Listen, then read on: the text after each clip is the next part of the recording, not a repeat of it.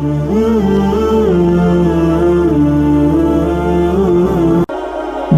एक औरत लिखती है कि शादी के 17 साल बाद मैं इस नतीजे पर पहुंची कि मर्द खुदा की खूबसूरत तरीन मखलूक है।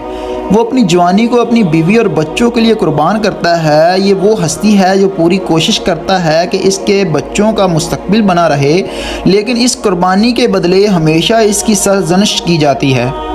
अगर कभी फ्रेशमेंट के लिए घर से बाहर कदम रखे तो वो बेपरवाह, अगर घर में रहे तो सुस्त और बेकार, अगर बच्चों को गलती की वजह से डांट दे तो वो वैशी, और अगर बीवी को नौकरी से रोके तो मुतकब्बर और रोब जमाने वाला, अगर माँ से दिलजोई करे तो माँ का लाडला, अगर बीवी से प्यार भरी बातें कर ले तो बीवी का मरीद। इसके बावजूद मर्द दुनिया की वो हस्ती है जो अपने बच्चों को हर एतबार से खुद से बेहतर देखना चाहता है।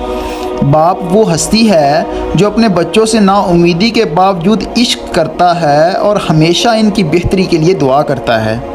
बाप वो हस्ती है जो अपने बच्चों की अजियतों को बर्दाश्त करता है जब वो इसके कदमों पर कदम रख कर खेलते हैं, और जब बड़े होकर बाप के दिल पर कदम रखते हैं। बाप वो हस्ती है जो अपनी बेहतरीन सरवत बल्कि जो कुछ इसके पास है अपनी औलाद को बख्श देता है।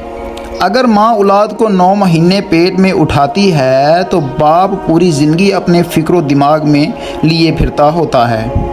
दुनिया अच्छी और ख़ूबसूरत है जब तक घर का सरपरस्त सालम है।